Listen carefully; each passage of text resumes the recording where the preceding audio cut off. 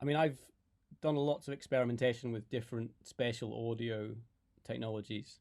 Um, so 4D sound from Amsterdam, Dolby Atmos, Alisa. Um, there's a whole bunch of ambisonics, and then just lots of binaural work. So I've done lots of experimenting with different spatial audio technologies, for example, and they all have their pros and cons. And it's difficult to know which technology to spend put all your efforts into. But yeah, I've just experimented with all of them really, and they all have their strengths and weaknesses. But it's difficult. I think sometimes it's easy to spend a lot of time experimenting with something and then find out sometime down the road that it stops being used, or you have to learn something else. But I think that's just the nature of experimenting. You have to allow yourself to fail, really. It's like failing or having a dead end is accepting dead ends is really important part of the process, and something actually I probably need to be better at doing, essentially, which means I need to say to myself, I'm willing to spend the next month learning this new piece of software or this new technique, and maybe nothing will come of it, and maybe I'll never use it again, but I'm going to learn it anyway, and that's okay, because you have to. I think that's a really important part of the creative process, allowing yourself to fail, or just trying something that doesn't work. And a lot of the time it's difficult when this is our job, and we have to have deadlines and we need to finish projects, and I think that's one of the really important things is how we allow ourselves time to fail, in the context of still making some things succeed. So I think, so basically my answer is I just try and spend as much time as I can experimenting with things, and focus on having fun. If I'm enjoying learning something or enjoying a new technology, then that's the main thing. And not worrying too much about, whether that technology is going to stay or whether it's going to be useful in the end. And that's something I wish I was better at, because a lot of the time I'll just, focus on the technology that I know that, and the results, that I know that will create results easily. But I think it's important to not do that all the time. Someone always springs to mind called Rob Clouth. Rob Clouth is a guy on my Mesh label.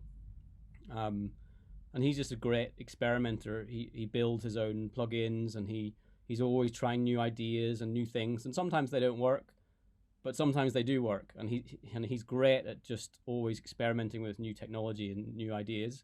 And then his music, as a result, sounds so fresh and so different from everyone else, because he's building plugins himself, and he's going so deep into the experimenting with techniques that you can really hear it creatively. So he's someone I admire in that sense, who really goes deep into that. I wish I could do more of it myself. I don't know if that answers your question.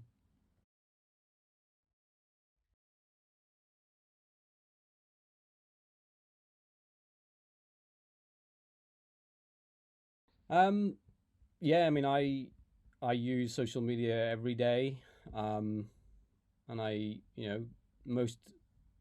all my social media more or less I do myself, but I am helped by my manager and the label manager. They help with they'll say, well, we need to announce this thing today. Can you send some words to announce it, or here's some suggested they'll say whenever we need to do things, and I'll put it into my words, but essentially I do it all myself, and then a lot of the time I just do it totally without any interaction with anyone else. So I try to keep it as personal as possible, and try to keep it as, like my music, honest as possible. I try to express, if there's something I think's interesting, I'll post it or I'll talk about it, and I just try to keep it personal and not I don't do paid stuff or ads, I don't, things like that. If I post something, it's because I really believe in it. But the downside is that it's quite addictive. These things are designed to suck our attention, and over the years of using Instagram for work, I've found that I've become programmed essentially to like if I'm waiting for a bus or something, and I've got a couple of, and then I'll be like, I'll just automatically get my phone, Instagram, looking at things, and then I don't what am I doing? It's like it becomes so Um, yeah, so automatic. So I don't like the fact that I'm a social media automaton. And I'm going to just so that I think that has negative mental health implications. That sort of also the barrage of perfection that we have to see all the time. All these amazing things, and people present this perfect vision of themselves, and then we always have to look at that all the time, which isn't very helpful for us a lot of the time. So but I have to do it for work. It's the reality of being a musician is we have to do these things. So I think I would love to not have to do it and just focus on creative work and do music and art and just release that and not have to do any social media. That would be lovely, but that's not the world we live in.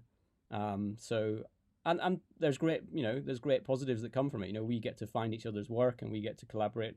A lot of the people I collaborate with, I find their work on social media. So it's a great tool in that sense. But with anything, with all these new technologies, there's always the good side and the bad side, and we have to, try and balance them and try and be aware of our mental health along the way. Yeah, so it's an ongoing challenge.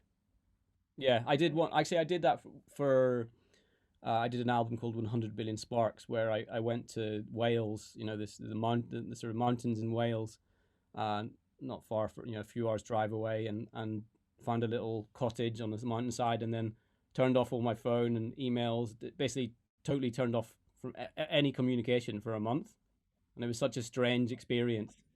And I just had my synthesizers, and I worked on the music, and it was a really great. A lot of what I learned then, I still apply now in terms of my music.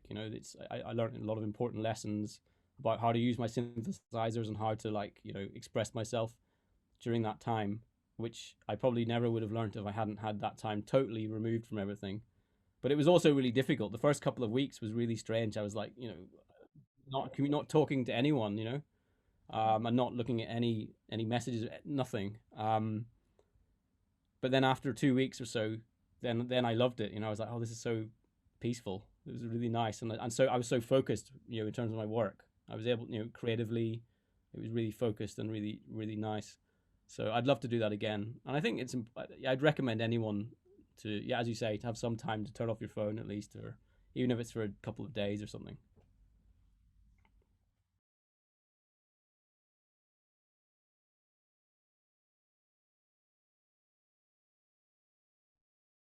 Yeah, I'm already trying to. Yeah, I'd love to make movies. Um, but my new project, my new album coming at the end of March is a Dolby Atmos Blu-ray, so it is essentially a movie format when you put it all together. And I try to, make my album project have a narrative that when you join the visuals together, it creates a narrative. And that's what the Emergence project was like that, which we also did on a Blu-ray. And on Yearning for the Infinite. So I'd love to take the next step. Actually, that already have a project on the way, which is one more step towards a traditional movie format, but still also partly what my sort of abstract audiovisual format. So it's something I'm walking towards. But it's just you know it's so expensive to make movies. That's the problem. It's I don't have those budgets or that sort of thing. So I'm doing what I can to express myself in that way. But I love films, and that works. So I hope I'll be able to do more of that.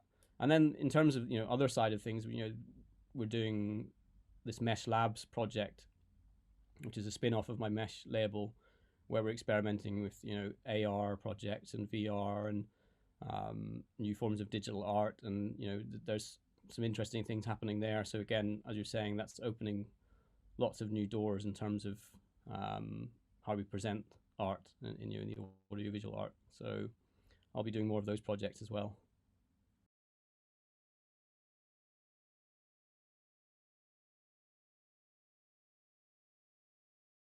I think the early um, the early videos I did, um, the early music videos, the people I worked with, I remember Andrew Brewer um, did a video for a track called Chaotic Siri, when he put this emergence theme into this early video, some cell life, these sort of emergence of life sort of ideas.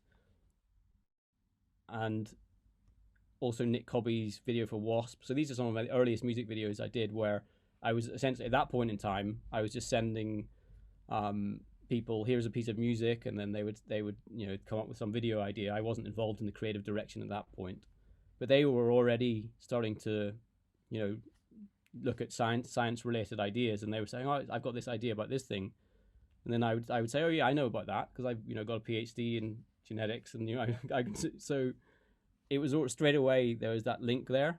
And then over time I started thinking about, why don't I just, I've got all these things I'm interested in, why don't I just try and creatively direct the projects myself and write the briefs. And that was the Emergence album. The Emergence album was the first one where which was related to previous videos, and that I was like, okay, there's loads of things within this idea of emergence that I can explain to people and write these briefs. And emergence is essentially this grand scientific creation story, this simple laws, how simple laws give rise to complex systems, and how the foundations of physics works, and chemistry, and then up to biology, and how then life evolves and emerges from that, and then all the results of that. So it's this sort of creation story in the scientific realm, and that had all, I think there was 20 chapters or something in that. But that was my first, time when I decided to do it to essentially creatively direct myself. So by creatively direct, I mean I'll come up with the ideas, and I'll send the ideas to the visual artists we collaborate with, and then they'll essentially direct their video, but they're working to the brief, and I have feedback on it. So yeah, it was just a really natural thing that emerged from the process.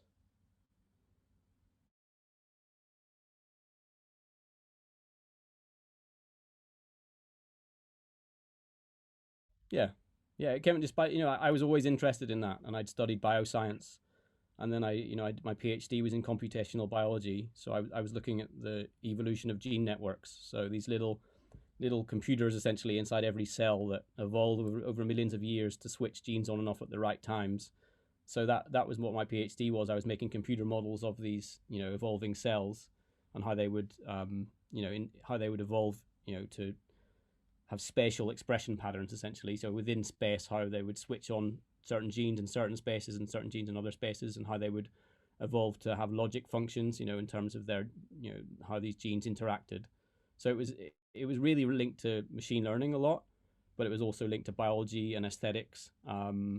So it had a lot of things in it which were really useful when it came to this work in, this audiovisual work, this, in terms of ideas for music videos, and having an understanding of the sorts of systems involved, and being able to work with people who are technical people, like Andy Lomas, for example. He's a mathematician that does a lot of amazing emergent systems in the context of digital art. He builds, he codes these systems of cell growth that create these amazingly beautiful, intricate structures, from these basic, starting conditions.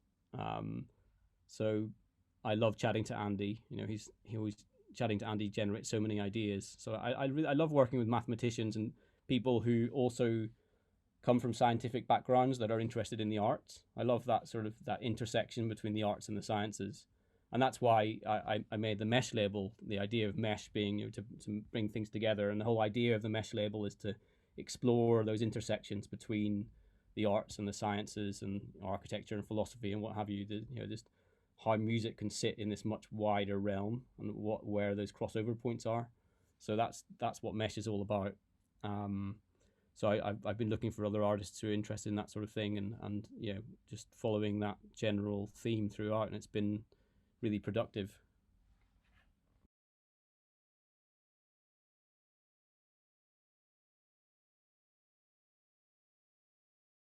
I think, trying to think what I've been watching recently. If there's been anything that I've watched a lot of. I think the thing I've been watching recently, one of them's the new Attenborough. I love all the Attenborough nature documentaries. Of course, they're like so so beautiful. But and then some of my favorite films that I love rewatching are the sort of Koi and Esquatsi and then Baraka and Samsara. This sequence of Ron Frick films, and the first one, Koi and Esquatsi, with Philip Glass score. They're these sort of, there's no characters or narration. It's just these beautiful audio visual sequences and storytelling through an objective viewpoint on the world, and us as sort of take outside of human society, viewing it as an alien or something, and storytelling just through audio visual spectacle. And that was Koi and Esquatsi. I think it was made in '77 or something. It's it wasn't that old, maybe it's early '80s. It's an old film, but that was one of the first things I saw where it really blew my mind and sort of opened the door to this idea that you can make a feature, a movie. It doesn't have to have any actors in it. And you can tell a story with audio and visuals. And that was something that I've taken on board, that I'm trying to do with my own projects, but I'm still aspiring towards. So I watch those films a lot. Those are something I aspire towards.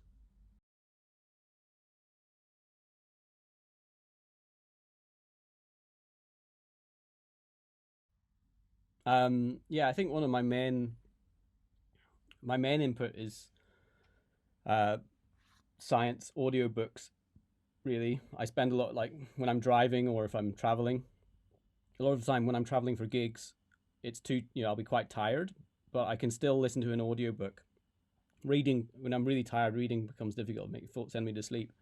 But audiobooks, I find I can quite have them quite on passively, and sometimes I'll even fall asleep, I think, while I'm listening to them and wake up again. But just whenever I have a little bit of time, just constantly trying to fill my mind with really important structure. That for me, that's like philosophy of science or science, popular science books. And I just spend a lot of my time, as much as I can, trying to put useful, beautiful aesthetic, beautiful ideas into my head, so that then when I'm daydreaming, that's when the ideas start popping out. Oh, I could do a project about this. I could do a project about that. That's. But also daydreaming. That's another important one. Something that has been more difficult when I've not been touring is how to find some time to not do anything. So how to find time just to be free thinking without direction. I think that's really important as well, because that's when a lot of the ideas pop out. When my brain, when we allow ourselves to daydream, essentially. So that's something else that I'm, with lockdown, I have to try and find some time, maybe to just sit somewhere for a moment by myself, or to walk, or just to have a little bit of time away from the screen and away from phone calls and emails and and studio work, just to let the brain sort of do its thing. Then obviously exercise, trying to have some sort of exercise is important for keeping the brain going as well, and then trying to have fun. That's the other main thing for me, is like, how can I do an enjoyable project? What's the sometimes things get stressful with deadlines, and particularly recent years with financial stresses. It's been difficult for a lot of us in the creative industries. So how to get away from that stress and do a fun project where you don't have to worry about deadlines and money so much, which has been another challenge. But yeah, there's lots of things that I'm constantly battling with to try and I know what would be optimal, but the reality is you've got to do a lot of the other stuff. So it's trying to balance everything.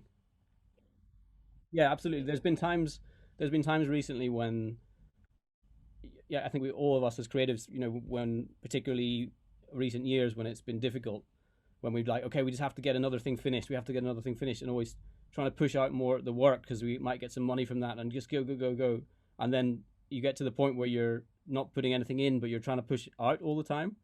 And then it becomes really difficult because then for me, I find that then I'll just start to rely on just doing the same techniques. Oh, I remember how I did it last time. I'll do it the same this time. That sort of thing, and it's the creativity reduces. But yeah, it's really, as you're saying, it's really important to have the input so that you have the ideas to then create the output. And yeah, it's really important, definitely.